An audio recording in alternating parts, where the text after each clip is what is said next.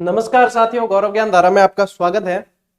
आज की आपकी जो क्लास है पूरी ऑब्जेक्टिव प्रश्नों पर है और ये मान के चलें कि आज की क्लास से लगभग आपको गिनने यदि बैठोगे तो 125 क्या 200-250 फैक्ट मिलेंगे। लेकिन मैं मान के चल रहा हूं कि आज की जो क्लास है उससे आपको लगभग 125 फैक्ट बहुत इंपॉर्टेंट मिलने वाला है।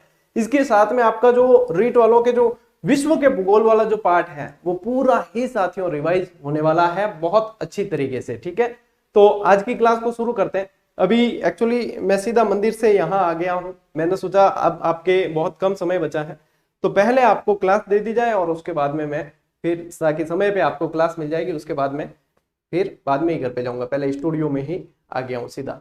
ठीक है साथियों, तो शुरू करते हैं आज की अपनी इस क्लास को। समय बिल्कुल भी व्यर्थ नहीं करेंगे क्योंकि आज वैसे भी क्लास थोड़ी लंबी होगी, क्योंकि एक एक चीज अपनी लगभग भूगोल जो है बहुत कम समय में ही इसको पूरा रिवाइज कर देंगे। और आज वैसे प्रवेश पत्र भी आप लोगों के आने वाले हैं, उससे रिलेटेड एक वीडियो बना दूंगा 2-3 मिनट का। जब सूचना मिलेगी तो उसकी चिंता मत करना, जब बिल्कुल सही न्यूज आएगी तब बनाऊंगा, जब तक अफवाहें तो बहुत चलेगी। तो साथियों शुरू करते हैं महाकाल का नाम लेके।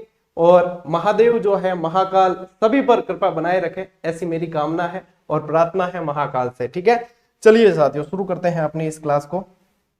चलिए, पहला प्रश्न है आपके लिए 5,000 रुपए के लिए कि सौर मंडल का सबसे चमकीला ग्रह कौन सा है। अब इस क्लास को मैंने लाइव न लेकर रिकॉर्डेड ले रहा हूं क्योंकि लाइव में यही क्लास डबल टाइम की हो जाएगी और आपको इस समय व्यर्थ नहीं करना है। तो इसलिए अपन सीधा ही ये रिकॉर्डेड ही मैं इसको दे रहा हूं। यदि ये देते तो फिर मैं आपका इंतजार करता और समय बहुत ज्यादा होता। साथियों सौर मंडल की बात हो रही है, सबसे पहले ध्यान देना कि बात किसकी हो रही है, सौर मंडल की। सौर मंडल का सबसे चमकीला ग्रह कौन सा है। तो चलिए सौर मंडल की बात हो रही है, यानी सौर मंडल क्या है कि सूर्य जो एक तारा है सबसे बड़ा, और सूर्य के चारों तरफ जो भी ग्रह उपग्रह जितने भी हैं उन सब का परिवार जो है वो सौर मंडल है। ठीक है, अब ये जो सूर्य है साथियों, ये सूर्य दो गैसों से, दो क्या वैसे दो से ज्यादा है लेकिन दो मुख्य गैसें हैं। एक तो हाइड्रोजन, ठीक है, हाइड्रोजन और प्लस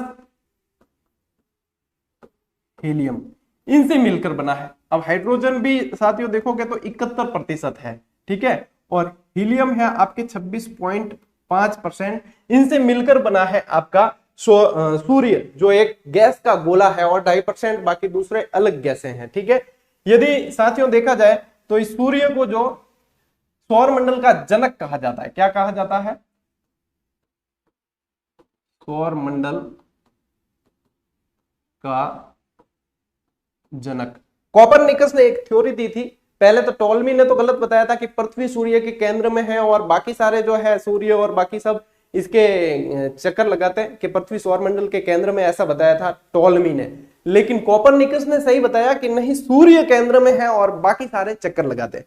तो ये है, सूर्य को इसका जनक कहा जाता है। साथ ही सौर मंडल में यदि देखा जाए तो ध्यान देना कि सौर मंडल में यदि देखा जाए अभी वर्तमान में तो 8 ग्रह और लगभग 205 उपग्रह हैं। 8 ग्रह और 205 उपग्रह हैं सौर मंडल के अंदर। ठीक है, ये ध्यान देना। अब इसमें चाहे कितनी भी आकाश गंगाएं वगैरह सब है, कोई दिक्कत नहीं। ठीक है, अब देखो बात क्या चल रही है कि सबसे चमकीला ग्रह कौन सा है। यदि अब इसका उत्तर मैं आपको बताऊं तो आपको भी पता है कि सबसे चमकीला ग्रह कौन सा है, शुक्र है। ठीक है, सबसे चमकीला ग्रह शुक्र है, जिसे पृथ्वी की बहिन या भगिनी भी कहा जाता है। और क्या कहा जाता है इसे सुबह और शाम का तारा भी कहा जाता है, इवनिंग स्टार, मॉर्निंग स्टार ये कहा जाता है। यदि साथियों मंगल ग्रह की बात करें तो मंगल ग्रह को लाल ग्रह भी कहा जाता है। ठीक है ना, और यहां पे पृथ्वी के समान दिन और रात पाए जाते हैं, पृथ्वी के समान दिन और रात कहां पाए जाते हैं, मंगल ग्रह में। यदि साथियों अरुण की बात करें तो अरुण की क्या विशेषता है, अरुण को एक तो लेटा हुआ ग्रह कहा जाता है, लेटा हुआ ग्रह। ठीक है, और ये विपरीत दिशा में घूमता है, ठीक है, विपरीत दिशा में घूमता है। अब देखो बाकी सारे ग्रह पृथ्वी वगैरह सब पश्चिम से पूर्व की ओर घूमते हैं और ये पश्चिम से पूर्व की ओर घूमते हैं, और अरुण और शुक्र जो है ये पूर्व से पश्चिम की ओर घूमते हैं, यानी कि यहाँ पे सूर्योदय पश्चिम से होता है। अब सूर्य जो है वो भी पूर्व से पश्चिम की ओर घूमता है, तो ये उल्टे घूमते हैं, ठीक है। यदि बृहस्पति की बात करें तो जैसा इसका नाम है वैसा ही यह सबसे बड़ा ग्रह है, ठीक है, यह सबसे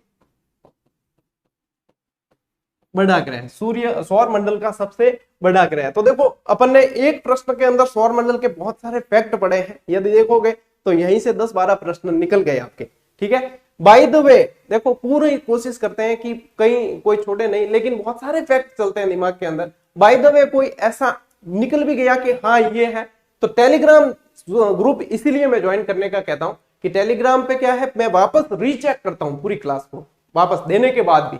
देखो मैं मानव हूं, मुझसे भूलें बहुत होती है, ठीक है, और मैं अपनी भूलों से ही सीखता हूं, सीधी सी बात यह है, और जो है वो क्लियर कहता हूं। मैं कोई विद्वान नहीं हूं या कोई ऐसी मेरे अंदर कोई 140 से ऊपर बुद्धि है नहीं, सामान्य बुद्धि का व्यक्ति हूं, तो हो सकती है गलतियां, ठीक है। जैसे कल महात्मा गांधी का नोट में प्रिंटिंग वाला जो है मैंने 1996 की जगह भारतीय मुद्रा में 1896 बता दिया, क्यों, वो 18 वाले सन चल रहे थे तो वो बता दिया, तो तुरंत ही टेलीग्राम पे मैंने डाल दिया। अब कई जने पूछते हैं टेलीग्राम किस नाम से है, तो टेलीग्राम जो चैनल का नाम है गौरव ज्ञान धारा, स्पेलिंग सही लगाना, उसी नाम से हर वीडियो के डिस्क्रिप्शन में लिंक दे रखा है टेलीग्राम का। इससे ज्यादा तो क्या कर सकता हूँ, सामान्य आदमी हूँ, थोड़ा जीवन दो।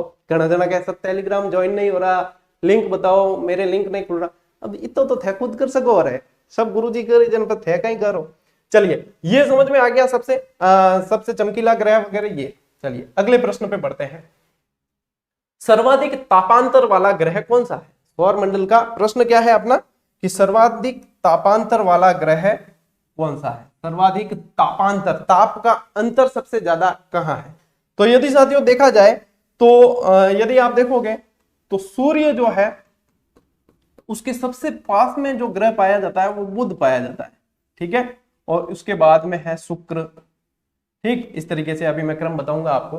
तो यहां पे यदि बात करें, सबसे पहले मैं आपको इसका उत्तर ही बताता हूं कि सबसे सर्वाधिक तापांतर वाला ग्रह आपको पूछा जाए तो सर्वाधिक तापांतर वाला ग्रह है आपके बुध ग्रह, ठीक है। अब देखो हिसाब से ये सूर्य के सबसे पास है तो सबसे गर्म ग्रह होना चाहिए, लेकिन सबसे गर्म ग्रह है ना ये है शुक्र, सबसे गर्म ग्रह। कारण क्या है? क्योंकि बुध का तापांतर सर्वाधिक है, तापांतर सर्वाधिक है, ठीक है। एक तो बुध की विशेषता यह है। दूसरी बुध की विशेषता यह है कि सबसे तेज कक्षीय गति, अपनी कक्षा में सबसे, क्योंकि पास में है ना, फटाफट दौड़ के चक्कर लगा देता है, ठीक है। सबसे तेज कक्षीय गति, ठीक है ना, इसकी कक्षीय गति सबसे तेज है, ये सबसे करीब है, ये ध्यान रखना, ठीक है, छोटा है ये। और शुक्र के बारे में आपको विशेषता बता चुका हूं मैं, और अरुण के बारे में भी आपको बता दी। इसके जितने ग्रह हैं ना वो भी विपरीत दिशा में चक्कर काटते हैं, तो इसके सारे ग्रह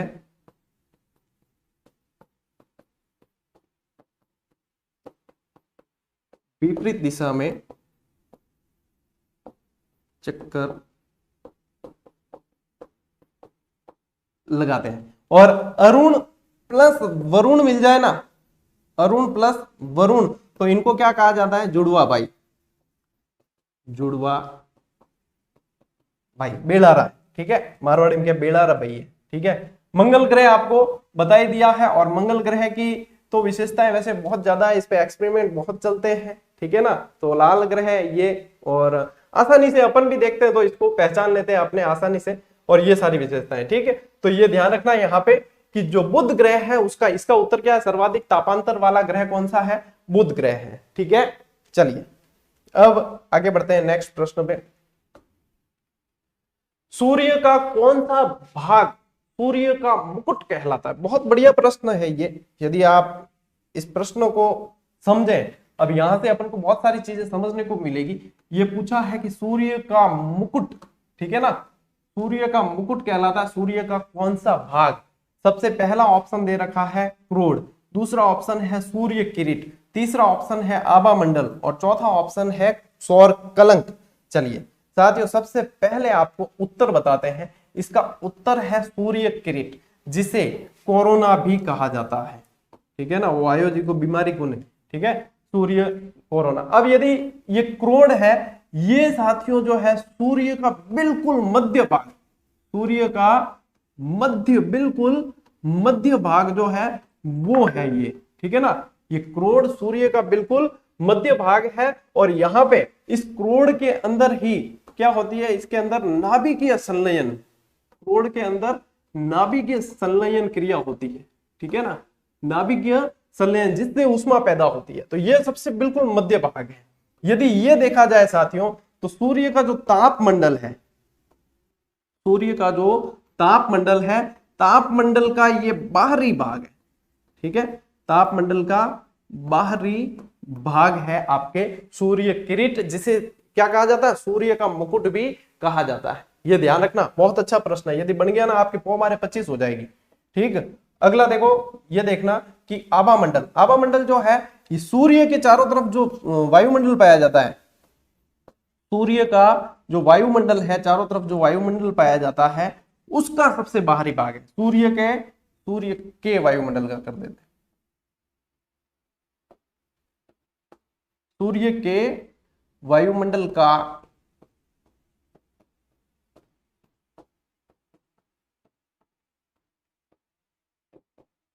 सबसे बाहरी भाग है, ठीक है। और सौर कलंक क्या है, सौर कलंक सूर्य के, मतलब कभी कभी ये आकस्मिक घटनाओं से बनते हैं और कभी कभी सूर्य के अंदर जो है वहां पे कुछ हिस्सों का तापमान कम हो जाता है, तो वहां पे ये काले धब्बे बन जाते हैं। तो सूर्य पर जो धब्बे पाए जाते हैं, ठीक है ना, धब्बे, और वो भी कैसे, काले धब्बे, ये सौर कलंक कहलाते हैं, ठीक है। और इसके भी है ना दो भाग है सौर कलंक के भी, एक तो है पेनम्बरा, पेनम्बरा,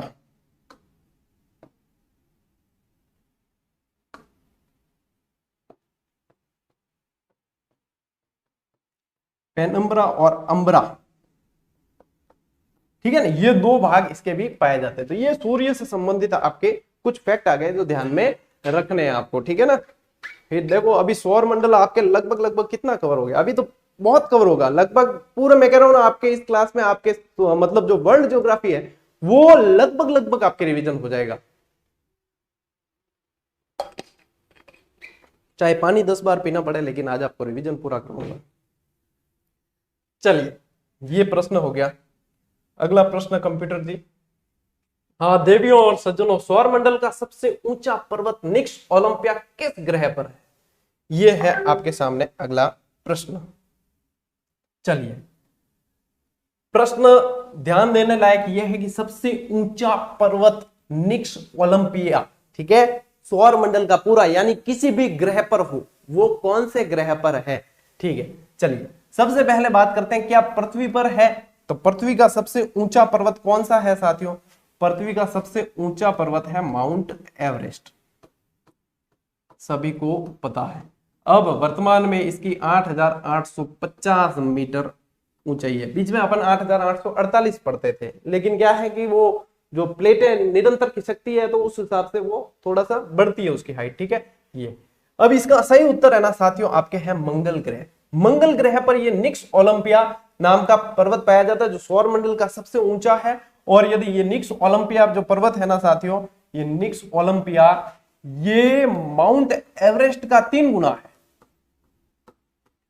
माउंट एवरेस्ट का 3 गुना। समझ लो आपके कितना ऊंचा होगा, माउंट एवरेस्ट का 3 गुना है ये पर्वत जो मंगल ग्रह पर पाया जाता है। इसके अलावा मंगल ग्रह पर एक ज्वालामुखी भी पाया जाता है, ज्वालामुखी, जिसका नाम है ओलंपियन मेसी, ओलंपियन मेसी नाम का ज्वालामुखी भी पाया जाता है, जो यहां पे पाया जाता है। शनि जो है सौर मंडल का दूसरा बड़ा ग्रह है, दूसरा बड़ा ग्रह है और इसके चारों तरफ 7 वलय पाई जाती है, वलय पाई जाती है। ठीक है, बृहस्पति के बारे में आपको बता दिया है कि ये जो है जैसा इसका नाम है वैसा सबसे बड़ा, और इसकी एक और विशेषता यह है कि इसकी घूर्णन गति जो है ना सबसे तेज है, लगभग 9 घंटे, सबसे तेज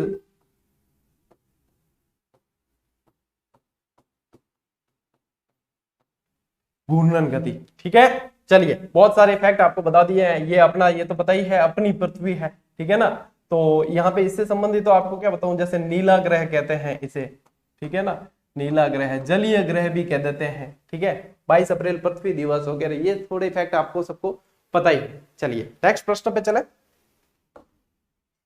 अगला प्रश्न है साथियों, अपसौर किस तिथि को होता है? बहुत अच्छा प्रश्न है ये, अपसौर किस तिथि को होता है? ध्यान देने लायक चीज है अपसौर। अब देखो यहां पे एक तो है अपसौर, ठीक है, एक है उपसौर।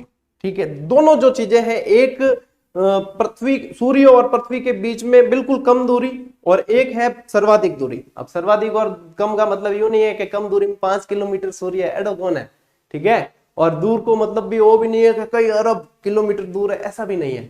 अब देखो इसमें क्या है, उपसौर और अपसौर, पहले तो अंतर करना बताता हूं मैं आपको, आपको याद कैसे रहे वो। ठीक है, तो देखो इसको याद रखने के लिए ऐसे करना, अपदू।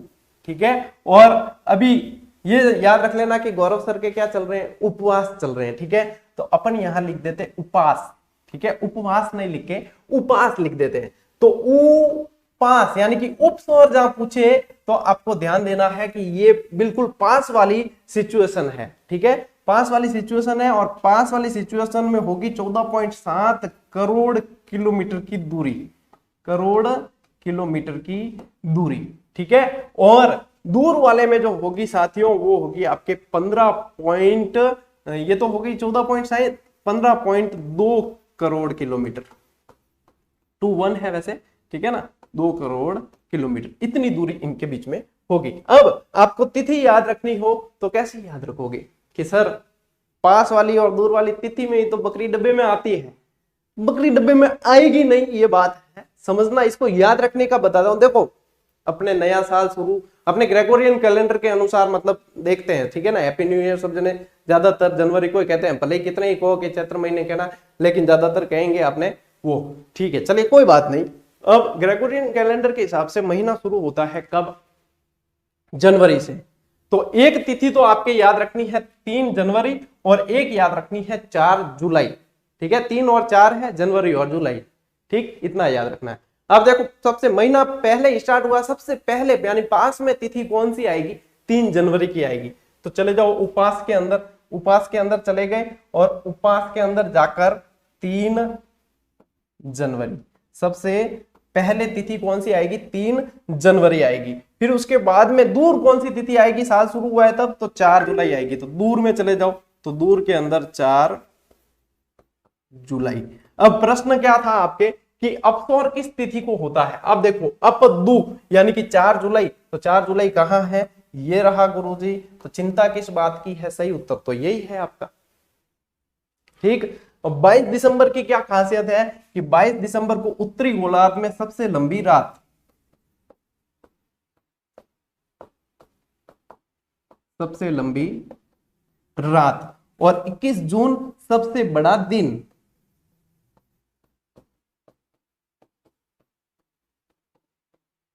अब ये क्या है साथियों कि ये उत्तरी गोलार्ध की बात है, दक्षिणी गोलार्ध में बिल्कुल विपरीत हो जाएगा। ठीक है, उत्तरी गोलार्ध, अपन उत्तरी गोलार्ध में ही रहते हैं तो इसलिए उत्तरी गोलार्ध की बात करते हैं। तो 22 दिसंबर सबसे लंबी रात यानी सबसे छोटा दिन हो गया। यहां 21 जून को सबसे बड़ा दिन यानी कि सबसे छोटी रात हो गई। और यहां पे आपको पता है 21 जून को क्या मनाया जाता है कि हाँ गुरुजी मैं गया हा एक दिन योगा करने, अंतरराष्ट्रीय योगा दिवस। बस एक दिन गए और दूसरे दिन गेटी यानी कि आर्नो कर दियो, यानी कि गए नहीं। ठीक है ना, ज्यादातर यूं है कि योग के नाम पर सिर्फ और सिर्फ फोटो खिंचवा दे बस, बाकी कुछ नहीं। 90% से ज्यादा लोग, है ना। और जो रेगुलर करने वाले हैं उनको फोटो की इतनी जरूरत उस दिन पड़ती नहीं, उनको पता है कि भाई जो 4 दिन की चांदनी वाले हैं उनको कर लेना, तो अपन रेगुलर वाले। हालांकि मैं भी जो है, हमारा योगा ग्रुप है और हम नियमित करते हैं। मुझे 4 साल हो गए योगा ग्रुप हमारा है। और आप जो कभी कभी मैं डाल देता हूँ फोटो अभिषेक के अपने चैनल की कम्युनिटी पे या टेलीग्राम पे भी डालता हूँ, तो वो योगा ग्रुप हमारा है। और वो योगा ग्रुप के साथ में ही हम ये सारी क्रियाएं, जो जैसे भी कहीं कोई एनजीओ के थ्रू कुछ करना है या जहां भी जो भी जैसा हो सकता है, जितना सामर्थ्य महादेव ने दिया है उतना कर लेते हैं। बाकी हम कोई करने वाले नहीं है, हमको करवाने वाला महादेव ही है, वो ही करता है, हम तो निमित्त है। ठीक है, चलिए, ये अंतरराष्ट्रीय योगा दिवस है साथियों। ध्यान देना कि अंतरराष्ट्रीय योगा दिवस सिर्फ 21 जून को ही क्यों मनाया जाता है, किसको पता है क्या? मैं तो बताऊंगा ही, हालांकि लाइव क्लास नहीं है, नहीं तो कमेंट का इंतजार करते हैं। ठीक है, चलिए मैं बताता हूं। देखो, शक्ति है ना, शक्ति किसी न किसी चीज से हमारी पृथ्वी को या किसी को भी कहां से मिल रही है, यानी ऊर्जा कहां से मिल रही है? सूर्य से। ठीक है ना, सूर्य ऊर्जा का स्रोत है। तो जिस दिन उत्तरी गोलार्ध में सबसे ज्यादा मतलब ऊर्जा किस दिन मिलेगी? जब सूर्य की किरणें सबसे ज्यादा पड़ेगी, तो यानी 21 जून सबसे बड़ा दिन है, मतलब बहुत भरपूर ऊर्जा उस दिन मिलती है, इसलिए 21 जून को अंतरराष्ट्रीय योगा दिवस मनाया जाता है। ठीक है, चलिए, एक प्रश्न में आपके बहुत सारे आ गए और ये आपके ट्रिक से आपको याद भी हो जाएंगे। चलिए, हाँ, अब देखो, अब ये आ गए लगभग बहुत सारे प्रश्न आपको इसमें मिल जाएंगे साथियों। अब देखो, सूर्य से दूरी के अनुसार ग्रहों का क्रम, ठीक है ना, ये अपने जीजीडी वन लाइनर का ही पेज है, जिनके पास में उनको तो पता होगा अच्छी तरीके से। तो मैंने ये, हालांकि ये पेज अब देखो इसमें है, लेकिन मैंने क्लास जब करवाई थी मैंने ये ट्रिक बताई थी सारी की सारी, ऐसा है ना। सारी चीजें कक्षा में भी मैं काफी सारी चीजें आपको जितनी हो सकती है उतनी करवा देता हूँ। ठीक है, देखिए, सूर्य से दूरी के अनुसार ग्रहों की ट्रिक क्या है, यहां पे यदि देखोगे साथियों कि बुध शुद्ध, ठीक है, किसी को शुद्ध बुध पूछनी है, वो भी किसको? पीएम साहब को। लेकिन शुद्ध बुध पूछी नहीं, अपन ने बुध शुद्ध पूछी। क्यों? अपन दिमाग हर बार सीधो कौन चले, कई बार उल्टो भी चले। तो बुध शुद्ध पीएम, बस अब पीएम साहब ने बुध शुद्ध पूछी, शुद्ध बुध पूछी कि नहीं, पीएम क्या के बस अब रेवा दे आई बुआ। ठीक है, तो बुध शुद्ध यानी कि सबसे पहला। अब ये देखो, सूर्य से दूरी के अनुसार है, यहां पे ध्यान देना कि सबसे पहला यानी सबसे पास में जो है वो बुध है, शुद्ध यानी शुक्र है, पी यानी पृथ्वी, उसके बाद में एम यानी मंगल, उसके बाद में ब यानी बृहस्पति, उसके बाद में शनि, फिर अरुण और फिर वरुण। के बुध शुद्ध पीएम, बस अब बुध शुद्ध पीएम, बस अब। ठीक है ना, तो इस तरीके से आपको याद रखना है। और यहाँ पे मैंने वापस मेंशन भी कर रखा है, बुध शुक्र पृथ्वी मंगल बृहस्पति शनि अरुण वरुण। और किसी को सीधा याद है या और कोई तरीका है तो बिल्कुल वो इसको मतलब नहीं करें, आपको पहले से याद है तो इसको नहीं करना है, नहीं याद हो रहा है तो इसको फॉलो करना है।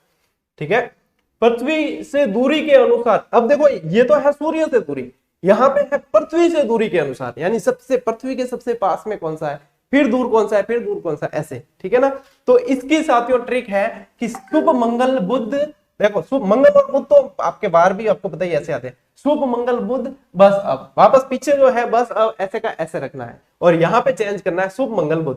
ठीक है, शुभ मंगल, देखो शुभ मंगल सावधान ऐसे भी कहते हैं ना, तो शुभ मंगल बुध। ठीक है, तो सबसे पास में है पृथ्वी की ही बहन कहलाने वाला शुक्र ग्रह, उसके बाद में है लाल ग्रह है मंगल ग्रह, उसके बाद में है बुध बावड़ छोटो ग्रह है और वो दौड़न चक्कर काट ले सूर्य को फटाफट, ठीक है, 88 दिन में ही निकाल देता है। और उसके बाद में बृहस्पति सबसे बड़ा है यार, बृहस्पति यार गुरुवार, और गुरु तो आपको पता है कहते हैं बड़े होते हैं, है ना। और शनि, उसके बाद में शनि, फिर अरुण और फिर वरुण। ये है पृथ्वी से दूरी के आधार पर क्रम। ठीक है, तो पृथ्वी शुक्र मंगल बुध बृहस्पति शनि अरुण और वरुण। अब देखो आकार की दृष्टि से ग्रहों का अवरोही क्रम। अब देखो एक तो होता है अवरोही और एक होता है आरोही। एक मिनट रुकना इसका,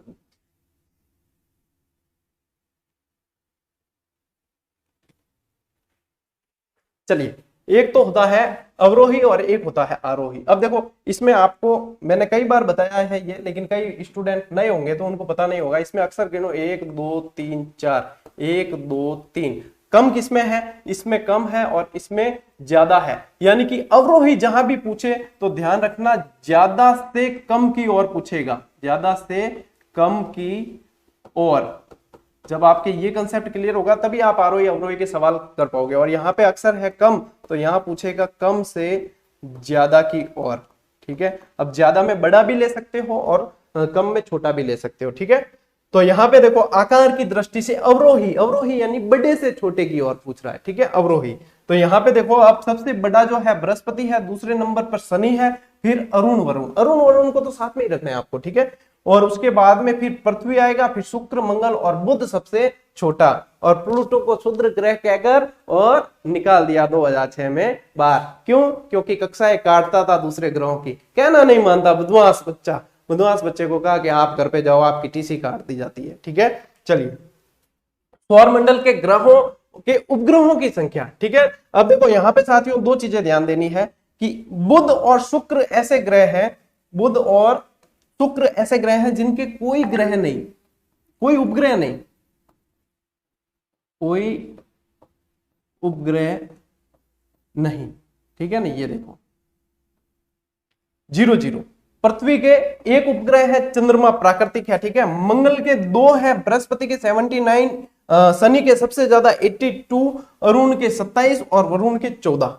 ठीक है ना, ये शनि के सबसे ज्यादा है, ये ध्यान रखना। ठीक, और इसके अलावा अपने पृथ्वी का तो चंद्रमा चंदा मामा दूर के पुए पकाए पूर के, खूब अपन ने चंदा मामा में देखो चांद सा रोशन चेहरा चेहरे का रंग, है ना, ये बहुत सारे गीत भी खूब सारे बने हैं।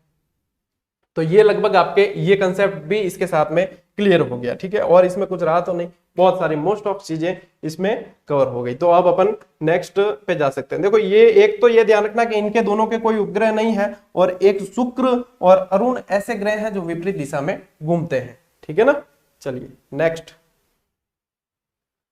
23.5 डिग्री उत्तरी अक्षांश को किस नाम से जाना जाता है?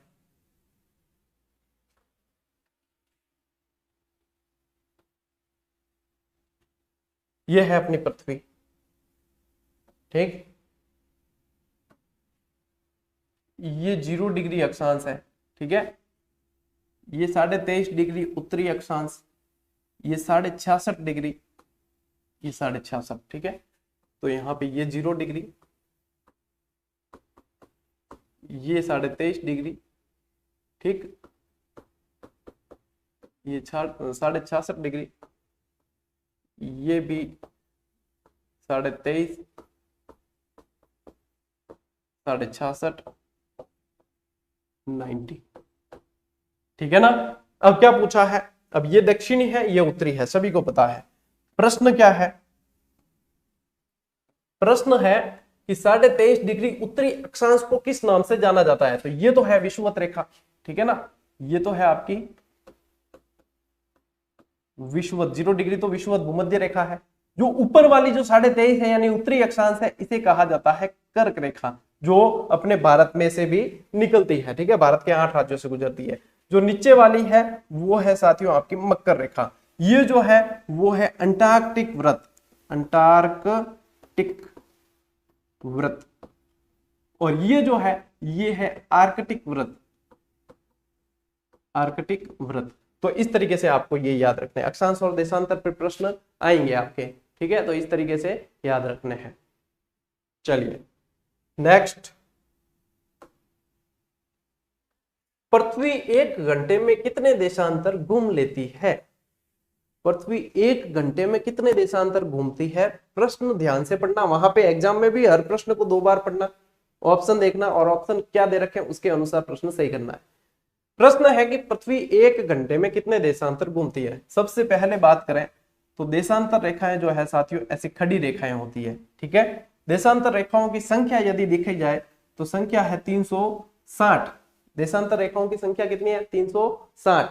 और एक दिन में घंटे कितने होते हैं? गुरुजी 24। ठीक है, अब मेरी गणित कमजोर है, अब आप मेरी मदद करोगे इसमें काटा काटी में। ठीक है, 12 से काटते हैं। ठीक है, 12 तिया 36 है ना, यही होते हैं, और 30 और यहाँ पे 12 दूनी 24। ठीक है, आजा बेटा 30/2 ये बचे, यहाँ पे काट दिए 15। इति सिद्धम उत्तर है आपका 15 देशांतर। कई जना कहे गुरुजी 4 देशांतर, अरे 4 देशांतर नहीं है। आप 4 आपके दिमाग में क्यों आया वो भी बताता हूं मैं, कि आपने देशांतर रेखाओं बीच में यह पढ़ा है कि सूर्य की किरण को 2 देशांतरों के बीच की दूरी तय करने में 4 मिनट का अंतर लगता है, 4 मिनट का समय लगता है। ठीक है, 4 मिनट का समय लगता है। और इसी 4 मिनट को आप 15 चौके 60 तो हो जाएंगे आपके 60 मिनट, यानी कि 1 घंटा। तो यानी कि गणित में यह कहता है कि रिवर्स कैलकुलेशन अपन करते हैं ना, तो अपने बिल्कुल फॉर्मूला सेट बैठ जाता है, तो वो सही है। तो यहाँ पे अपन ने रिवर्स कैलकुलेशन कर दी है और 1 घंटा अपने निकल के वापस आ गया है। तो देखो पृथ्वी 1 घंटे में कितने देशांतर घूमती है, तो 15 देशांतर 1 घंटे में घूम जाती है, यानी सूर्य की किरणें भी 15 देशांतर पार कर लेगी। ठीक है ना, और 2 देशांतरों को पार करने में 4 मिनट का समय लगता है। और 2 देशांतरों के बीच की जो दूरी है साथियों वो 111.32 किलोमीटर। ठीक है, और इन दोनों के बीच का जो क्षेत्र है वो गौर क्षेत्र या गोरे कहलाता है। ठीक, और तो क्या बताऊं आपको, अक्षांश देशांतर पूरा हो गया।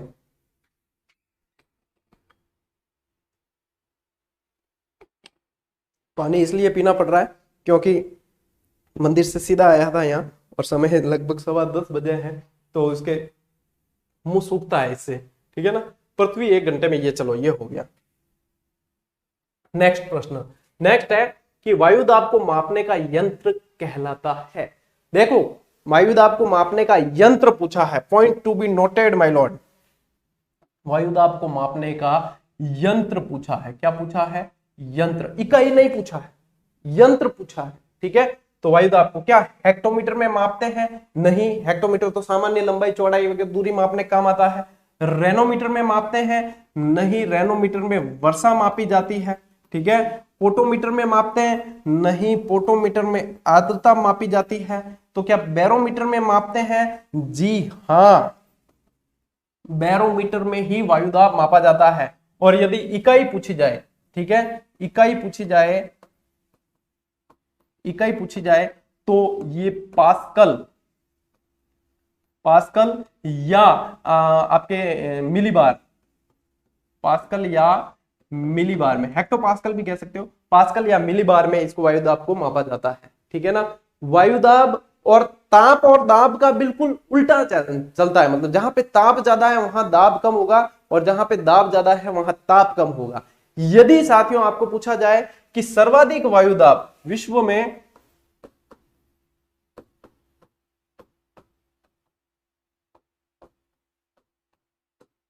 सर्वाधिक वायुदाब कहां पाया जाता है, तो इर्कुटस्क साइबेरिया के अंदर है। अब बर्फ बहुत ज्यादा है तो यहां पे वायुदाब बहुत ज्यादा पाया जाता है। और यदि ये पूछ ले कि न्यूनतम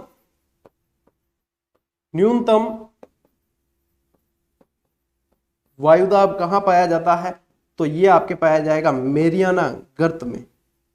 मेरियाना गर्त जो प्रशांत महासागर का सबसे गहरा गर्त है, और यहां लगभग 877 मिलीबार ही वायुदाब पाया जाता है। ठीक है ना, तो वायुदाब से संबंधित ये काफी सारी चीजें आपके पूरी हो गई इसके अंदर। चलिए नेक्स्ट, वायुदाब की वह पेटी जो डोल ड्रम के नाम से भी जानी जाती है। अब डोल ड्रम कह सकते हो या बिल्कुल रिलीजन ऑफ काम भी कह सकते हो। ठीक है ना, रीजन ऑफ काम। अब ये मतलब शांत क्षेत्र है पूरा। यदि देखें साथियों, इसमें वायुदाब की वह पेटी जो डोल ड्रम के नाम से जानी जाती है, सबसे पहले मैं आपको उत्तर बताऊं यदि इसका, तो उत्तर इसका है साथियों, देखो ऑप्शन पढ़ो पहले। विषुवत रेखीय निम्न वायुदाब पेटी, उपोष्ण उच्च वायुदाब पेटी, उपध्रुवीय निम्न वायुदाब पेटी और ध्रुवीय उच्च वायुदाब पेटी। यानी कि अब ये ऑप्शन तो आ गए, मैं आपको पेटियां भी समझा देता हूं इसके साथ में। इसमें से जो ये डोल ड्रम का पूछा है ना आपको कि डोल ड्रम वाला क्षेत्र कौन सा है, तो वो है साथियों आपके विषुवत रेखीय निम्न वायुदाब पेटी। ठीक है ना, विषुवत रेखीय निम्न वायुदाब पेटी बिल्कुल शांत क्षेत्र है। शांत क्षेत्र किस लिए? क्योंकि क्षैतिज पवनों का अभाव पाया जाता है, ऊर्ध्वाधर पवने जाता है।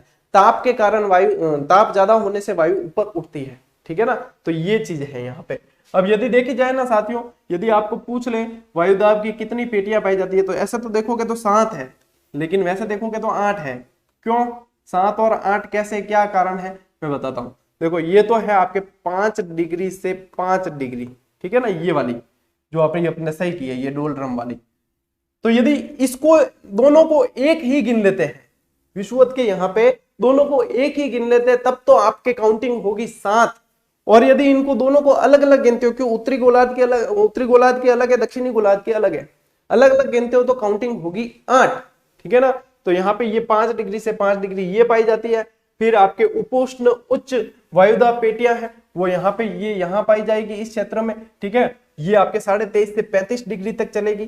फिर उपध्रुवीय निम्न इसके जस्ट ऊपर वाली यहाँ हो जाएगी, ये उपध्रुवीय निम्न। अब उपध्रुवीय निम्न वायुदाब पेटी जो है वो 50 डिग्री से 66.5 तक मानी जाती है। और उसके बाद में ध्रुवीय, है ना, ध्रुवीय उच्च वायुदाब पेटी, तो ये 90 डिग्री वाली, ध्रुवीय उच्च 90 डिग्री वाली, क्योंकि ताप बहुत ज्यादा तो दाब बहुत अधिक, तो इस तरीके से ये रहती है, ठीक है। चलिए, समझ में आ गई होगी मेरे ख्याल से।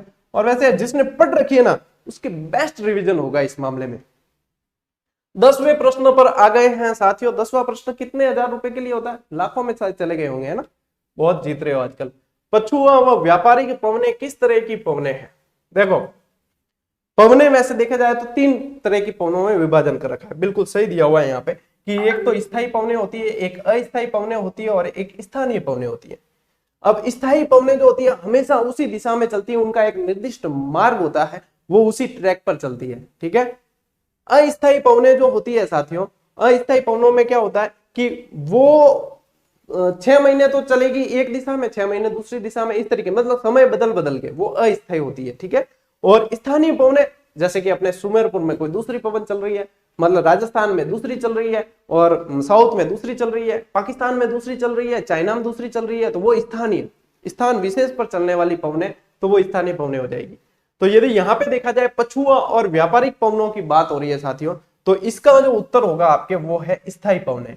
अब इन स्थायी पवनों को ग्रहीय पवने भी कहते हैं, ग्रहीय पवने भी कहते हैं, इन्हें सनातनी पवने भी कहते हैं, सनातनी पवने भी कहते हैं, इन्हें निश्चित पवने भी कहते हैं।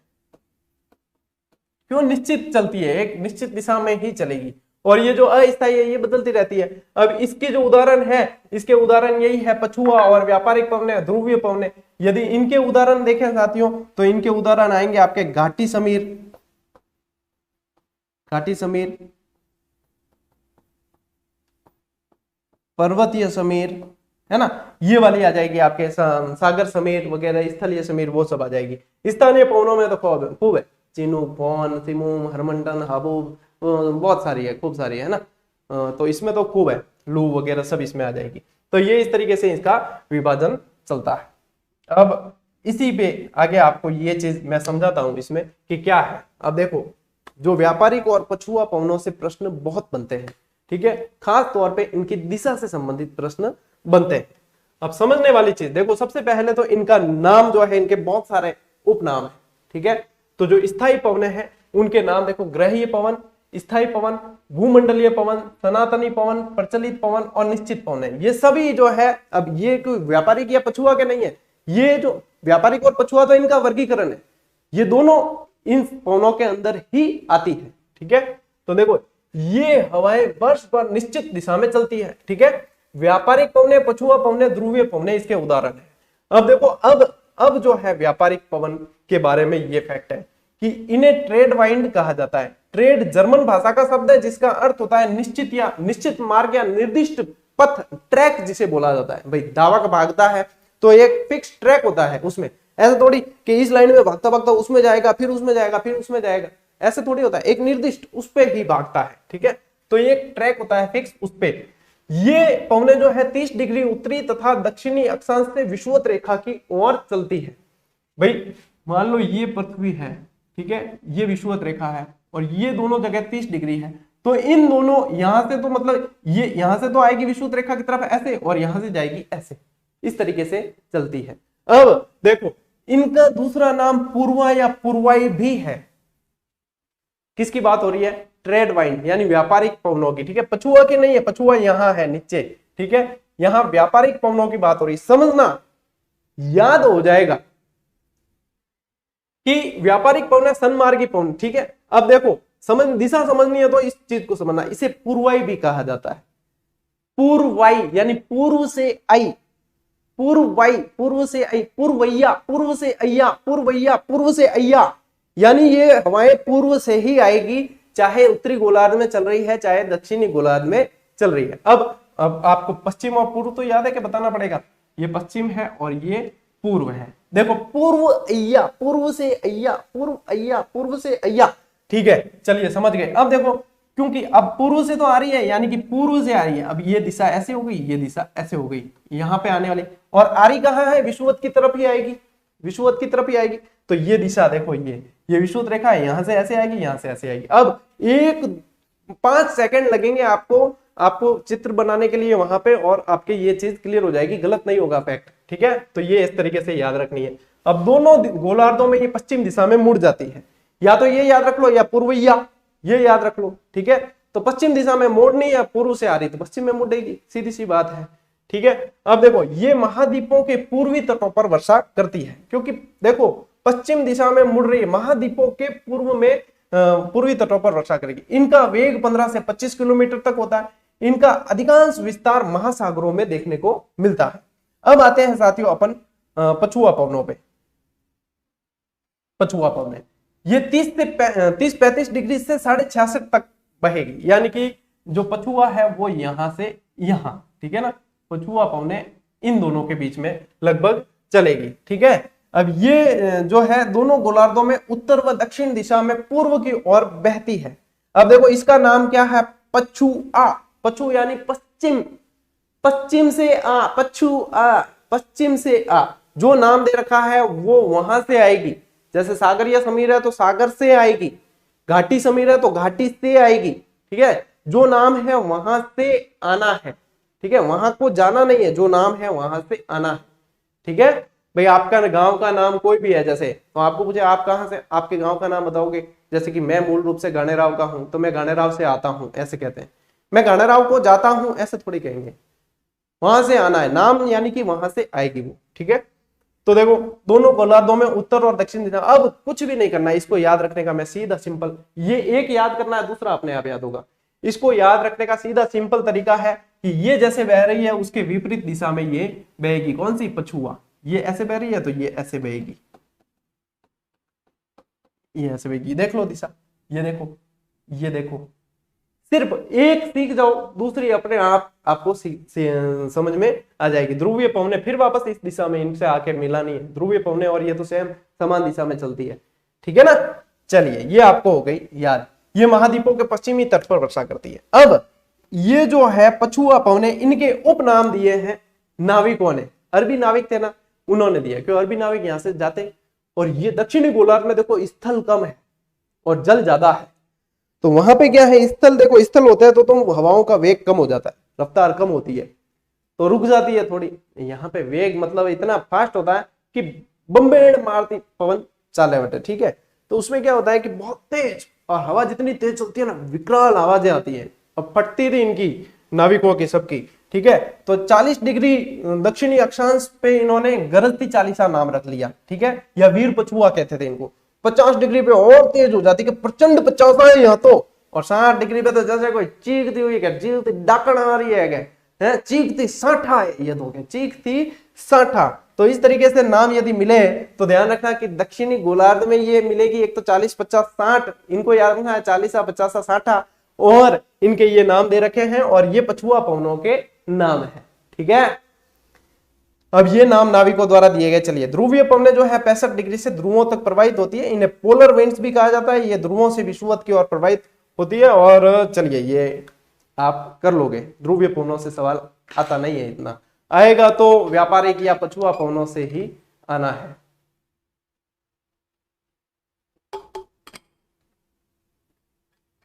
सवाल यदि आना है तो व्यापारिक या पछुआ पवनों से आना है। नेक्स्ट 11वां प्रश्न है, हिम बंजी या हिम पक्षी हवा के नाम से किसे जाना जाता है। अब ये स्थानीय पवनों में से नाम है, ठीक है। तो देखो एक तो है आपके चिनुक हवा, ठीक है ना। ये चिनुक हवा जो है रॉकी पर्वत के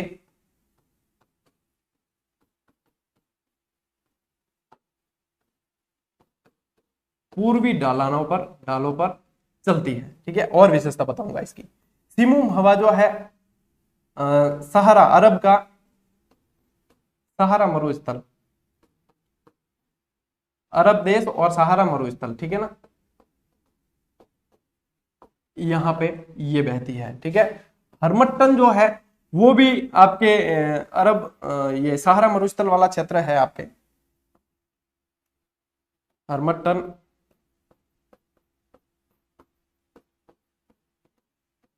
लेकिन स्पेशली जो है इसमें गिनी के तट के आसपास, ये गिनी के तट के आसपास बहती है। और लू, लू तो अपने यही तो है, भारत और पाकिस्तान में भी हो। खाली भारत लू क्यों देखे, पाकिस्तान भी तो देखे। तो भारत और पाक में मतलब बहुत तेज गर्म हवाएं बड़बड़ती चल थान ध्यान ही है, कई जना मारवाड़ी में बलती हाल रही है, तो बलती वही है लू, जो इसकी रफ्तार भी मतलब 120 से अधिक, 120 किलोमीटर प्रति घंटे के अधिक है, तो भारत में पाई जाने वाली हवा है।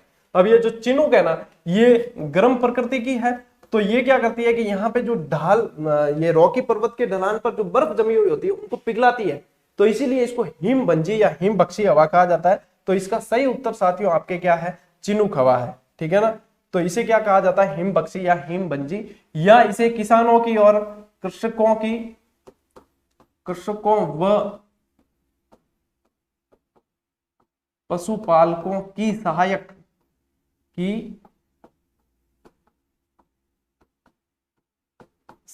हवा भी कह देते हैं। क्यों?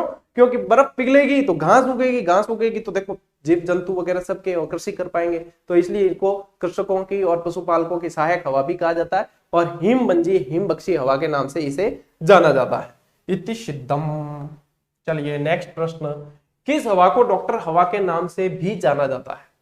बताओ डॉक्टर साहब, बताना। ये मोस्ट इंपॉर्टेंट है प्रश्न, जितने भी प्रश्न आप देख रहे हो व्याख्या के साथ में बता रहा हूं, सब कुछ पूरे जितने भी देख रहे हो सारे मोस्ट इंपॉर्टेंट है। और एक चीज और बता दूं, सेकंड ग्रेड जीके और फर्स्ट ग्रेड जीके की टॉपिक वाइज टेस्ट सीरीज भरपूर प्रश्नों के साथ में दे रखी है ऐप पर, जो इसने ज्वाइन नहीं की है कर लेना यदि अभ्यास तबियत का करना चाहते हो। अभी भी रीट के अंदर भी आप देखोगे जितने एग्जाम हुए हैं पिछले सारे, उन सब के अंदर बहुत जबरदस्त प्रदर्शन, अपनी टीम को भी साधुवाद दूंगा कि उन्होंने बहुत बेहतरीन टेस्ट सीरीज बनाई और मात्र लागत मूल्य में ये दी है। तो जिनको अभ्यास करना है व्यवस्थित, कोई जबरदस्ती नहीं है, व्यवस्थित करना है, और जो टॉपिक वाइज अभ्यास, जैसे हर टॉपिक के भरपूर प्रश्न वो सारे दे रखे हैं अपने जीजीडी एप्लीकेशन पे, प्ले स्टोर से आप डाउनलोड करके कभी भी ज्वाइन कर सकते हैं। ठीक है, क्योंकि जैसे रीड कंप्लीट हो जाएगी उसके बाद में अपन देखेंगे मेंटेनेंस कितना कैसे क्या आ रहा है, उसके हिसाब से हो सकता है कि हल्की फुल्की कोई रेट इंक्रीज करनी पड़े, नहीं तो डिक्रीज, क्या पता डिक्रीज के तो चांस कम है, लेकिन इंक्रीज के थोड़े सी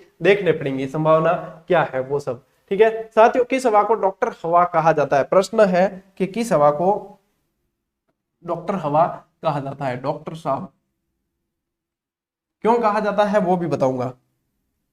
सबसे पहले बात करते हैं कि ये सिराको जो चलती है साथियों, वैसे इटली में चलने वाली हवा है, और ये रक्त वर्षा करवाने में सहायक है। ठीक है, तो ये हवा रक्त वर्षा करवाने में सहायक है। ये हबूब जो है साथियों, ये सूडान में चलती है। ठीक है ना, सूडान में चलने वाली हवा है। और पापा गयो मम्मी के पास, यानी कि मैक्सिको में चलने वाली है, ये मैंने ट्रिक से करवाई थी, पापा गयो मम्मी के पास, तो म से मैक्सिको। और ये हरमट्टन हवा जो है ये साथियों चलती है आपके, अभी बताया आपको कि गिनी तट पर। ठीक है, गिनी तट पर चलती है। अब गिनी तट के आसपास क्या, देखो तटीय जो वातावरण होता है वो आर्द्रता वाला होता है, तो इस समय आर्द्रता बहुत ज्यादा होती है, तो इसकी वजह से मतलब देखो ज्यादा उमस वगैरह होती है ना, तो बीमार जैसी फीलिंग आती है। और ये जो है हरमट्टन हवा चलती है, गर्म प्रकृति की हवा है, तो ये वहां की नमी को सोखती है, और उसकी वजह से माहौल एकदम खुशनुमा होता है, इसलिए इसे कहा जाता है डॉक्टर हवा। कि डॉक्टर के आने से, डॉक्टर से इलाज लेने से, देखो मैं भी 2 दिन पहले कितना बीमार था, लेकिन डॉक्टर से इलाज लिया तो आज देखो धड़ाधड़ आपके सामने बोलने की शक्ति आ गई है। तो डॉक्टर यही तो काम करता है ना, तो इसलिए हम कहते हैं डॉक्सा नहीं कहना, डॉगर मतलब कि वे डॉक्टर सा कहना पूरा। ठीक, तो गिनी तट के आसपास, और इसीलिए इसको कहा जाता है डॉक्टर हवा। तो आपका इसका उत्तर क्या है? हरमट्टन। ठीक है, चलिए नेक्स्ट है, निम्न में से असत्य कथन कौन सा है? अब यहाँ पे ये जो प्रश्न आते हैं ना, ये बकरियों को डिब्बे में डालने वाले प्रश्न आते हैं, ठीक है ना। असत्य, मेन जो ध्यान देना होता है वो चीज यही है, और यही हम ध्यान नहीं देते। अब देखो, ये है चक्रवात से संबंधित प्रश्न है। चक्रवात में हवा की दिशा उत्तरी गोलार्ध में घड़ी के विपरीत होती है। पहली ही लाइन है, चक्रवात में हवा की दिशा उत्तरी गोलार्ध में, उत्तरी और दक्षिणी में अलग अलग है, ठीक है ना, ये ध्यान रखना है। उत्तरी गोलार्ध में घड़ी के विपरीत होती है। क्या ये बात सही है? हाँ सही है, घड़ी के विपरीत होती है चक्रवात में, उत्तरी गोलार्ध में। चक्रवात में हवा की दिशा दक्षिणी गोलार्ध में घड़ी की दिशा के अनुकूल होती है। यानी ये तो देखो घड़ी की दिशा के विपरीत थी, एंटी क्लॉकवाइज थी, यहाँ पे अनुकूल यानी कि क्लॉकवाइज है, ठीक है। तो क्लॉकवाइज होती है दक्षिण में। जब ये अगर सही है तो ये भी सही होगा, दिखती बात है। ये इसके विपरीत होगी तो ये इसके विपरीत है, तो ये सही होना चाहिए, तो यानी कि ये दोनों सही है। तो ये तो है सत्य, ये भी है सत्य। चक्रवात प्राय अंडाकार या वी आकार के होते हैं, बिल्कुल होते हैं, सत्य। चक्रवात में हवाएं केंद्र से परिधि की ओर चलती है, यह भी सत्य जैसा लग रहा है लेकिन सत्य है नहीं।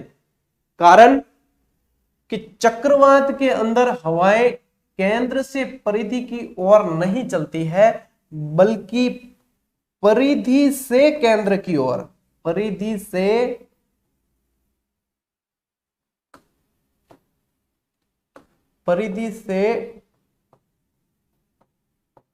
केंद्र की ओर चलती है।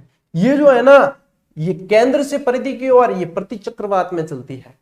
और यहीं पे ये इस प्रश्न के अंदर आपके चक्रवात प्रति चक्रवात के मोस्ट ऑफ प्रश्न बनने की जो संभावनाएं थी वो सब आ चुकी है।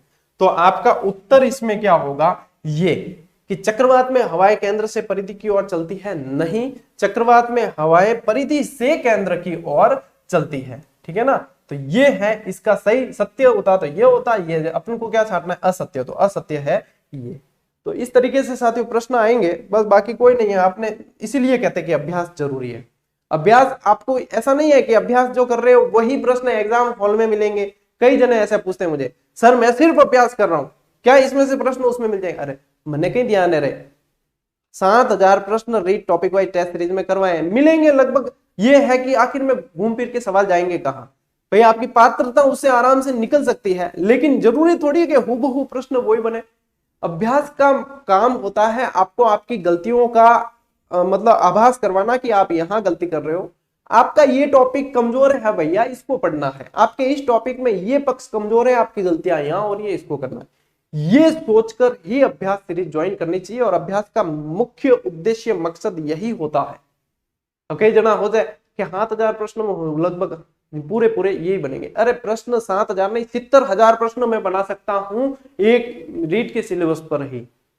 प्रश्न बहुत बनते हैं, लेकिन हाँ सिलेक्टिव प्रश्न आते हैं, ये बात है। अब जैसे 7000 प्रश्न है ना, उन 7000 में से भी आपको लगभग हो सकता है 35-40 प्रश्न ऐसे के ऐसे भी देखने को मिल जाए, तो उसमें कोई बड़ी बात नहीं, क्योंकि सिलेबस को पूरा कवर किया है। पूरा कवर किया तो प्रश्न तो बनेंगे, लेकिन कभी भी दिमाग में ये मेंटेलिटी नहीं रखनी चाहिए कि वो यही बनेगी, बस इसके अलावा और कुछ मत पढ़ो।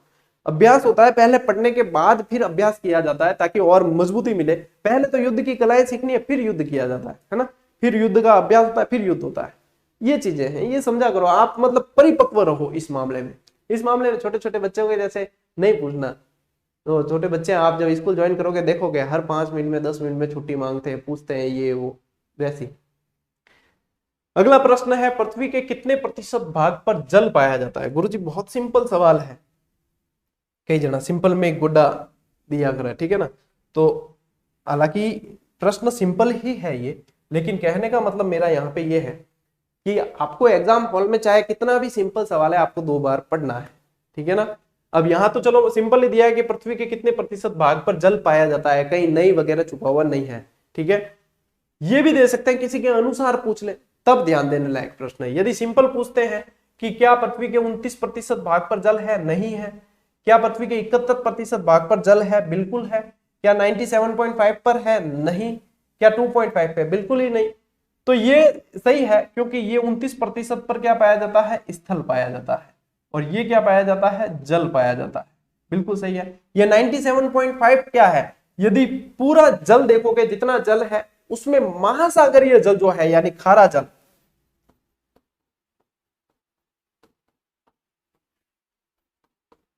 महासागरीय जो जल है वो उसका हिस्सा ये है, और ये जो है मीठा ताजा पानी, ये इतने प्रतिशत पाया जाता है। तो आपका जो उत्तर इसका है साथियों वो है 71% पाया जाता है। लेकिन यदि आपको अलग अलग पूछते हैं, जैसे वैगनर के अनुसार पूछ लिया,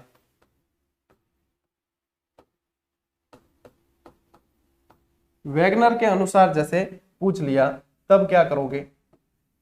वैगनर के अनुसार यदि साथियों पूछा जाए तो जल जो है आपके वैगनर के अनुसार 71.7%, ठीक है, और स्थल जो है आपका वैगनर के अनुसार वो पीछे कितने बचे, 28.3%, ठीक है। ये तो है वैगनर के अनुसार यदि पूछ लिया जाए। एक और क्या पूछ लेते हैं, एक पूछ लेते हैं क्रेमेल के अनुसार।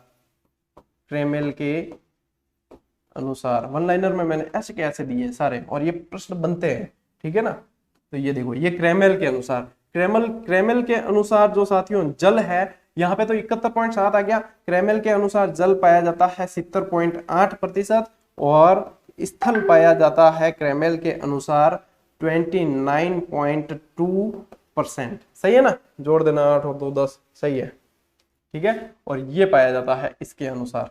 अब क्योंकि ये प्रश्न ये तो कैसा है, सिंपल है, यदि इसको व्यवस्थित बढ़िया मजेदार बनाना चाहेगा एग्जामिनर तो इनमें से प्रश्न देगा, ठीक है। लेकिन सामान्य यदि देखा जाए तो सामान्य प्रश्न ये बनता है जिसको आप कर लोगे आराम से, सही। चलिए अगला प्रश्न है साथियों, सर्वप्रथम किसने महासागर के उच्चावच को नितल के आधार पर बांटा?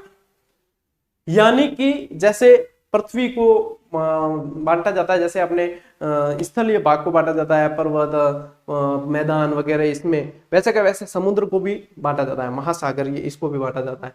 तो क्या इसको हीजन ने बांटा, क्या वैगनर ने बांटा, क्या कोपेन ने, या कोपरनिकस ने? साथियों यदि वैगनर की बात करें तो वैगनर ने एक सिद्धांत दिया था जिसे अपन महाद्वीपीय विस्थापन सिद्धांत के नाम से जानते हैं। महाद्वीपीय विस्थापन यानी आपने वो पढ़ा था ना, पेंजिया पेंथालास वाली थ्योरी, पेंजिया और पेंथालास, महासागरों का निर्माण पेंथालास से, महाद्वीपों का निर्माण पेंजिया से, ये वाली। कोपेन बहुत अच्छी तरीके से आप जानते हो कि इन्होंने जलवायु वर्गीकरण दिया,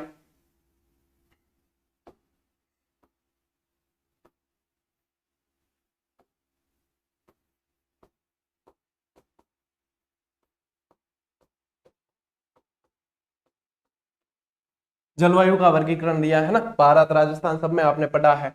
कोपरनिकस ने ये बताया था कि सूर्य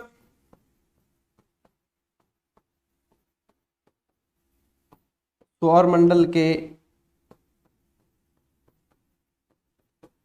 केंद्र में है, और सभी ग्रह इसके चारों ओर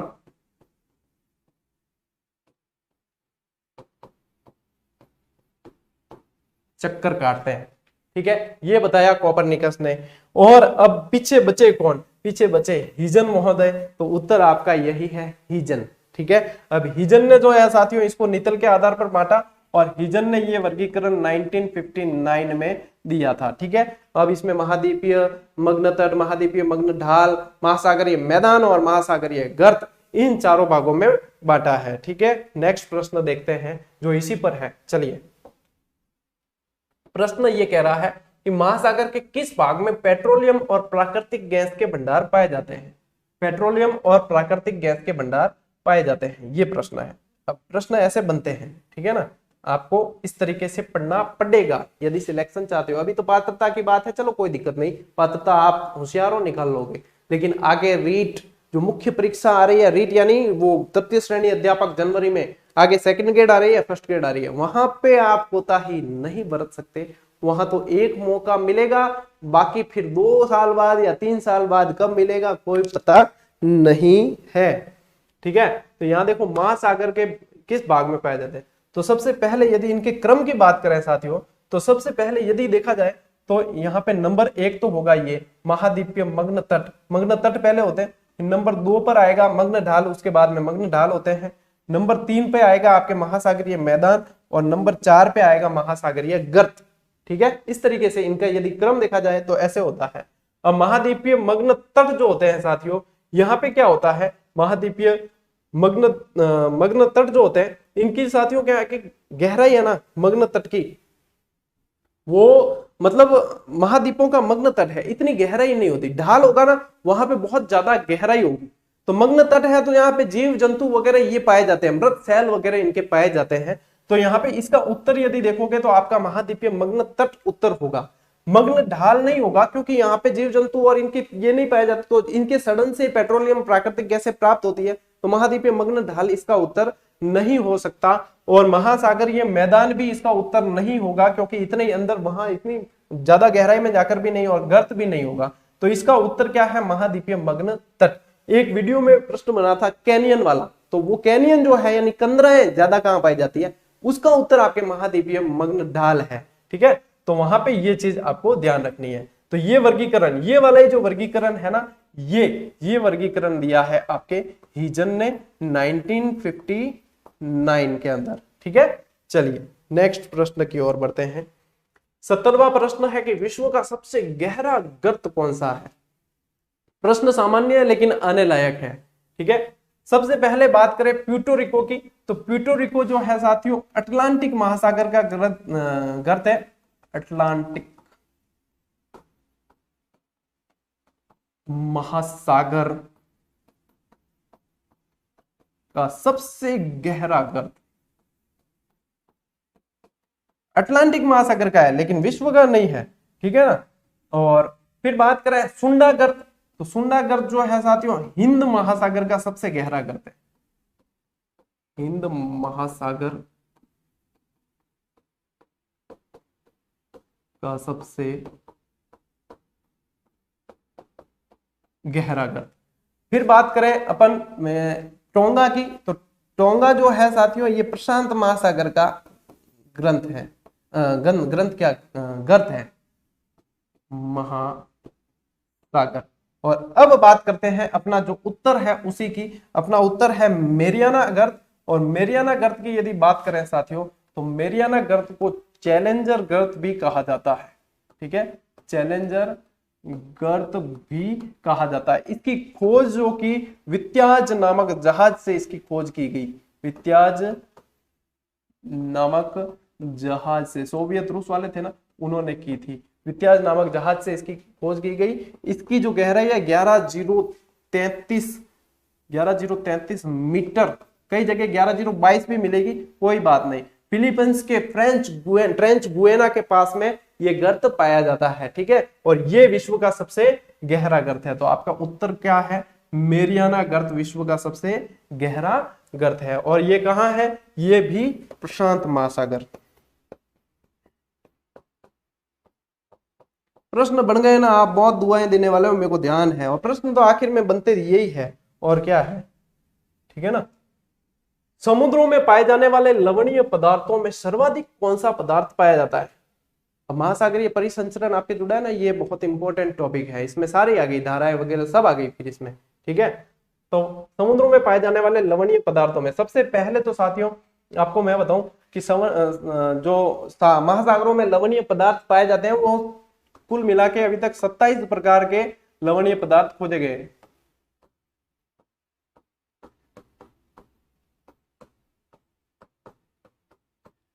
महासागरीय लवणता को जो मापते हैं उस यंत्र का नाम है सैलाइन नेक्टर।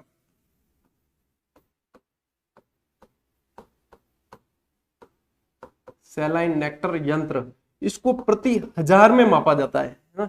ये प्रति 1000 के अंदर, एक लगाओगे तो प्रति 100 हो जाएगा, और 2 लगाओगे तो प्रति 1000 होगा, प्रति 1000 में मापा जाता है। यदि इसमें देखा जाए कि इसमें पूछा है सबसे सर्वाधिक पदार्थ कौन सा पाया जाता है, क्या सोडियम क्लोराइड या मैग्नीशियम ब्रोमाइड या मैग्नीशियम क्लोराइड या सोडियम सल्फेट। तो साथियों आपका जो उत्तर है वो है सबसे ज्यादा पाया जाने वाला सोडियम क्लोराइड, NaCl। ठीक है ना, NaCl ये पाया जाता है, ये लगभग लगभग है ना 77% पाया जाता है। और सबसे कम यदि पूछा जाए ना तो ये मैग्नीशियम ब्रोमाइड है, ये सबसे कम पाया जाता है, सबसे कम, तो ये लगभग 0.2% पाया जाता है। ठीक है, बाकी तो सामान्य है, ये आपको ध्यान रखने हैं। ठीक है, ये जो लवणीय पदार्थ जो पाए जाते हैं उनके आधार पर। चलिए नेक्स्ट प्रश्न, किस महासागर की सतह का तापमान अन्य सभी महासागरों की तुलना में अधिक रहता है? अब महासागरीय सतह का तापमान यदि महासागर का तापमान यदि देखा जाए सामान्य, महासागरों का तापमान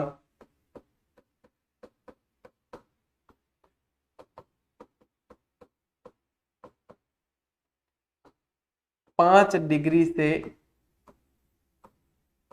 33 डिग्री सेल्सियस तक पाया जाता है। ठीक है ना,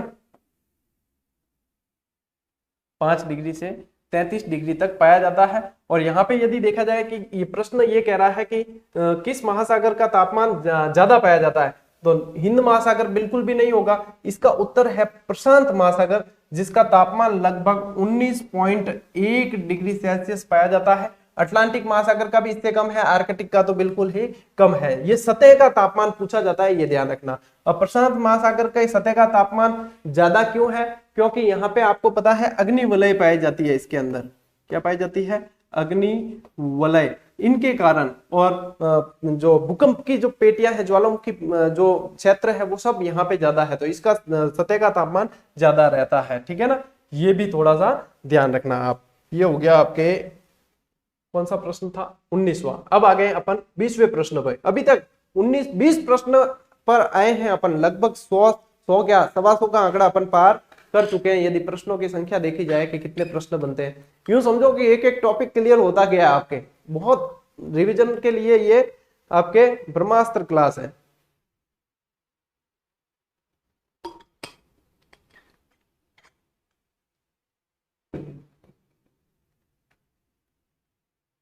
चलिए साथियों, अगला प्रश्न है बहुत तबियत का प्रश्न है।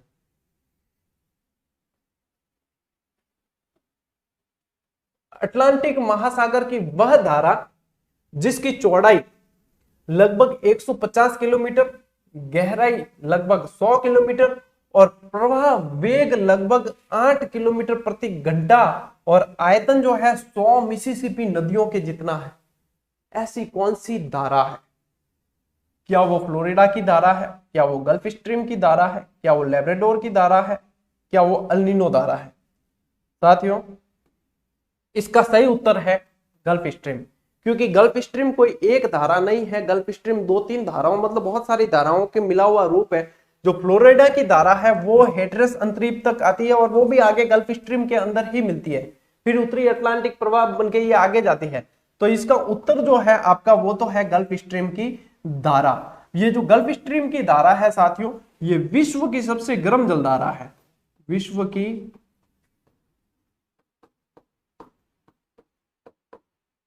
सबसे गर्म जलधारा है। ठीक है ना, इसे ब्रिटेन का कंबल भी कहा जाता है, ब्रिटेन का गर्म कंबल भी कहा जाता है, सबसे गर्म जलधारा है। ये जो लेब्राडोर की धारा है ये विश्व की सबसे ठंडी जलधारा है, विश्व की सबसे ठंडी जलधारा। टाइटैनिक पिक्चर तो देखी ना आपने सबने? हाँ, कुछ सीन को छोड़ के बाकी सारी पिक्चर देखी है। तो टाइटैनिक पिक्चर के अंदर यदि आपने देखा, टाइटैनिक इतना बड़ा जहाज था, वो इतने बड़े जहाज को क्या कहीं ऐसी जगह ले जाएंगे डायरेक्ट जहां पे उनके एक्सीडेंट हो सकता है या ऐसा? कहीं भी नहीं, ऐसी पूरा सब कुछ देखा होता। लेकिन ये जो लेब्राडोर की जो धारा है, ये बहुत बड़े हिमखंड को बहा के लेके आई थी, जो टकराया था टाइटैनिक जहाज के बीच से, और टाइटैनिक दुर्घटना इसी के कारण हुई थी। तो ये लेब्राडोर की जो धारा है, इसी के कारण टाइटैनिक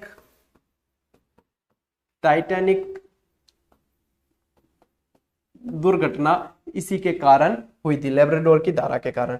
ये अल नीनो जो धारा है, इसे यीशु का बच्चा कहा जाता है, ईसा का बच्चा, ईसा का बच्चा। ये गर्म जलधारा है, वैसे इसकी प्रकृति गर्म है। और ये जो है साथियों, ये यदि उत्पन्न होती है ना, अल नीनो 3 या 4 साल में एक बार उत्पन्न होती है। और अल नीनो जो है भारत में सूखे की जिम्मेदार है। भारत में मतलब अल नीनो जब पड़ेगी तो भारत में सूखा पड़ेगा, भारत में सूखा पड़ने की जिम्मेदार है। ठीक है। और ला नीनो, इसी के साथ में ला नीनो भी होती है। और ला नीनो प्रभाव जब होता है, तो ला नीनो जब पड़ा है तो समझ लेना भारत में बहुत अच्छी वर्षा होगी। तो ये इस तरीके से आपको धाराएं थोड़ी सी ध्यान रखनी थी। इसका उत्तर है आपके गल्फ स्ट्रीम की धारा, विश्व की सबसे गर्म जलधारा है। चलिए नेक्स्ट प्रश्न पे चलते हैं। नेक्स्ट प्रश्न है साथियों, निम्न में से गलत कथन कौन सा है? गलत कथन को छांटना है। ठीक है, सही को नहीं, गलत को। तो चलिए, पहला कथन है साथियों कि विश्व का सबसे बड़ा महासागर प्रशांत महासागर है। बिल्कुल सही है। जो पूरी पृथ्वी का लगभग 1/3 भाग है, तो ये तो सत्य वचन है कि 1/3 भाग है। अटलांटिक महासागर एस आकारीय है, जो विश्व का सबसे व्यस्ततम महासागर है। कि अटलांटिक महासागर इंग्लिश के एस आकार का है, जो सबसे व्यस्ततम है। ये कथन भी कैसा है? सत्य है। बिल्कुल सही। व्यस्ततम किस लिए है? क्योंकि इसके चारों तरफ विकसित देश है, उत्तरी अमेरिका, दक्षिणी अमेरिका, यूरोप, फिर अफ्रीका नीचे, ये इस तरीके से। अगला कह रहा है कि हिंद महासागर को अंध महासागर के नाम से भी जाना जाता है, जो एम आकार का है। अब यदि आप देखोगे तो अपने जो भारत है और यहाँ पे ये जो है हिंद महासागर, तो एम आकार का ये है। ठीक है। अब यहाँ पे अरब सागर है, यहाँ बंगाल की खाड़ी है और ये हिंद महासागर। तो ये लाइन तो बिल्कुल सही है इसकी कि एम आकार ये है। लेकिन इसमें एक ट्विस्ट है। ट्विस्ट ये है कि इसमें लिखा है हिंद महासागर को अंध महासागर के नाम से भी जाना जाता है, जो सही नहीं है। क्यों? यहां पे यदि किसी ने बिल्कुल बारीक गलती की है तो वो भारी पड़ेगी। कैसे? क्योंकि अंध महासागर जो है ना, ये अटलांटिक महासागर को कहा जाता है। अटलांटिक महासागर को अंध महासागर भी कहा जाता है। ठीक है ना, अंध महासागर इसको कहा जाता है। तो हिंद महासागर को क्या कहा जाता है? हिंद महासागर को अर्ध महासागर कहा जाता है। ठीक है, अर्ध महासागर या रत्नाकर कहा जाता है ये। तो आपके यहाँ पे उत्तर क्या निकल रहा साथियों? उत्तर निकला कि हिंद महासागर को अंध महासागर के नाम से जाना जाता है। नहीं, छांटना क्या है? गलत तथ्य। तो गलत यही है। तो अब अगला तो बिल्कुल आपके सत्य ही हुआ इसका मतलब। क्यों? अगला क्या है कि आर्कटिक महासागर का सबसे गहरा गत यूरेशियन बेसिन है। बिल्कुल सत्य है। तो ये कथन भी कैसा है? सत्य है। और ये कैसा है? असत्य है। ठीक है, 21 प्रश्न हो गए हैं। चलिए अगला, भूकंप उत्पन्न होने से पहले उत्सर्जित होने वाली गैस कौन सी है? साथियों, भूकंप से बहुत प्रश्न बनते हैं और बहुत इंपॉर्टेंट टॉपिक है, हल्के में मत लेना। भूकंप के अध्ययन को सिस्मोलॉजी कहा जाता है। सिस्मोलॉजी किसे कहा जाता है? भूकंप के अध्ययन को। तो सिस्मोग्राफ क्या है? जहां भूकंप का अंकन किया जाता है।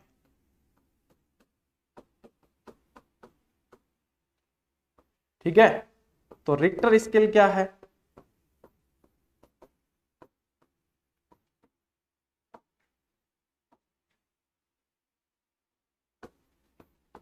भूकंप का वेग यानी तीव्रता लिख देते हैं, वेग की जगह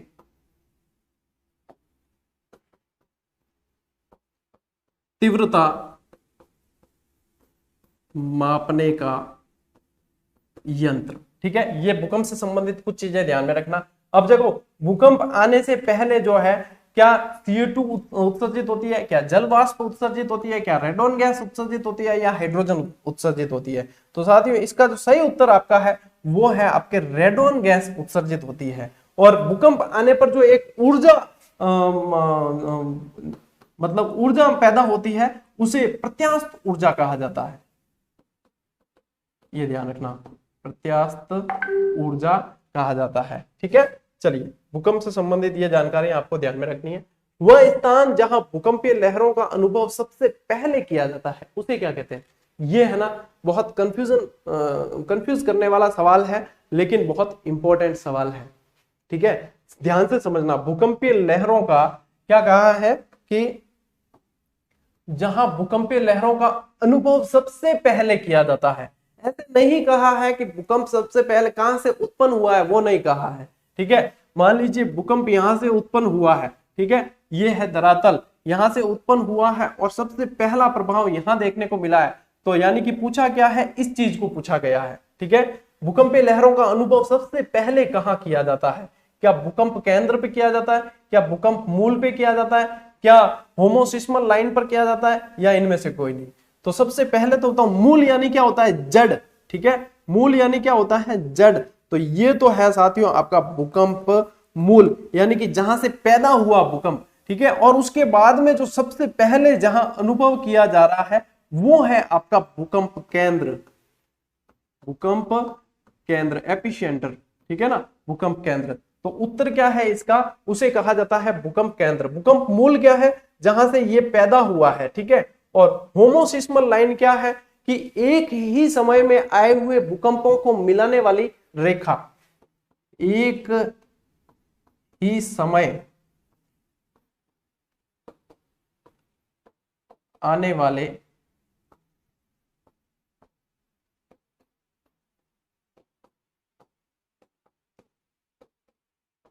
भूकंपों को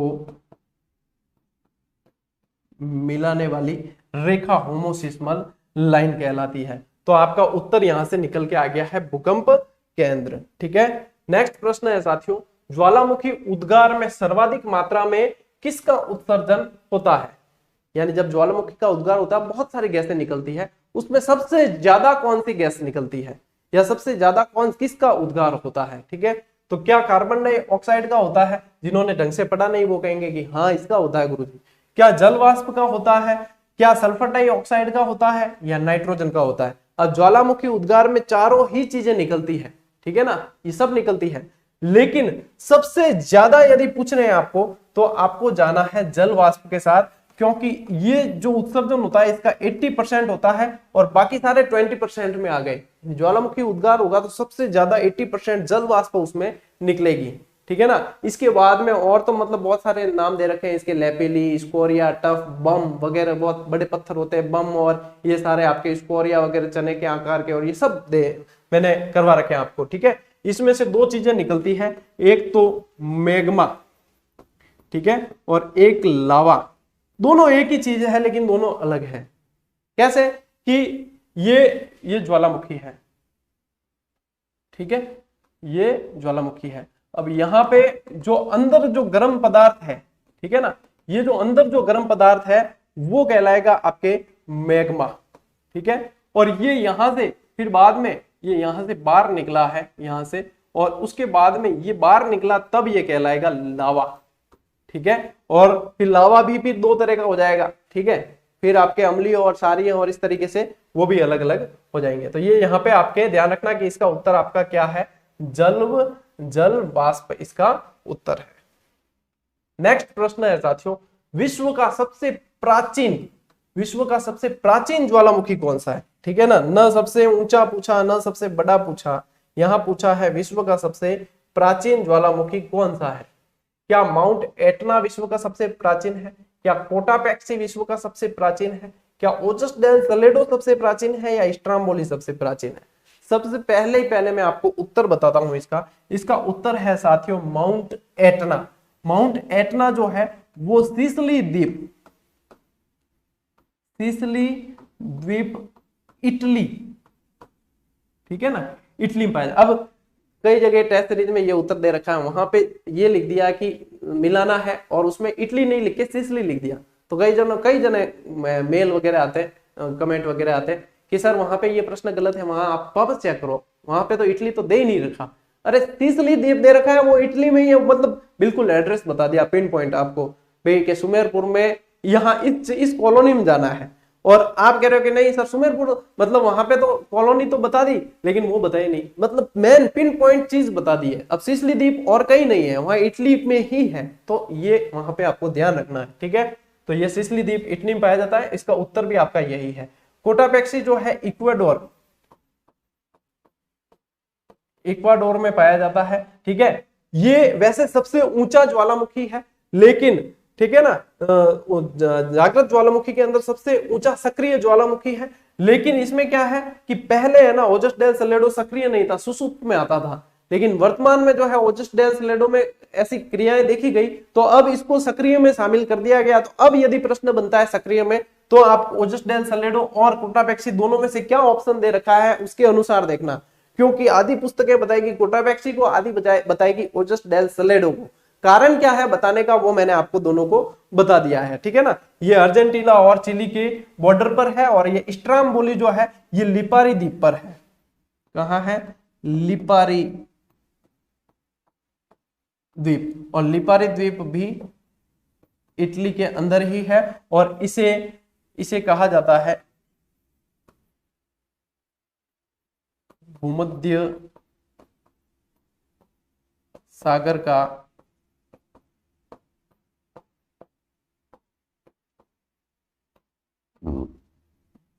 प्रकाश स्तंभ, ठीक। ये साथियों आपके आज की क्लास के अंदर जो मैंने प्रश्न छांट के शामिल किए थे, और उसके बाद में आपको पूरी व्याख्या के साथ में पूरा रिवीजन करवाया है, पूरे पहले टॉपिक से लगाकर लास्ट तक आपको रिवीजन करवाया है। कुछ एक प्रश्न जो है वो ऐसे छूटते हैं, तो आपके काफी हद तक ये रिवीजन हो जाएगा। लगभग मैं मान के चल रहा हूं कि विश्व के भूगोल के जो आपका टॉपिक है उसका 70% रिवीजन इससे आपके हो गया है, ठीक है। अब बचा पीछे 30%। तो एक क्लास जो लगभग आपके कितने समय की हुई है? 1 घंटा 21 मिनट, यानी कि लगभग 1.5 घंटे की क्लास है। और 1.5 घंटे की क्लास में आपको यदि देखने जाओगे प्रश्नों की संख्या तो 200-250 तक भी फैक्ट आपको मिले हैं, इसके अंदर कवर हुए हैं। लेकिन अपन फिर भी मान रहे हैं कि 125 तो बिल्कुल एग्जैक्ट अपने इसमें से निकले ही हैं, और बिल्कुल आने लायक प्रश्न, जो समझने लायक और काफी मोस्ट इंपोर्टेंट प्रश्नों की ये एक क्लास है। ऐसी की ऐसी एक राजस्थान जीके की क्लास में देने की कोशिश करूंगा, क्योंकि अब समय तो देखो बचा नहीं, 20 तारीख आज हो गई है, कल 21 है, 22 से तो शायद नेट बंद हो जाएगा, तो 21 तारीख को कल मैं कोशिश करूंगा कि राजस्थान की एक जैसी बढ़िया हो सके आपकी इतने ही टाइम पीरियड की, जिसमें अधिक से अधिक जो है आपके मैटर कवर हो जाए, ताकि जो इर्द गिर्द जो चीजें हो वो भी कवर हो जाए। ऐसी कोशिश मैं करूंगा कि उसकी भी एक दे दूं, ताकि आपके बहुत अच्छे तरीके से रिवीजन हो जाए। तो बस साथियों, आप लोगों की दुआएं चाहिए और कुछ भी नहीं, महादेव का आशीर्वाद चाहिए। बस मिलते हैं अगली क्लास में, अगले वीडियो में, तब तक के लिए राम राम, जय हिंद।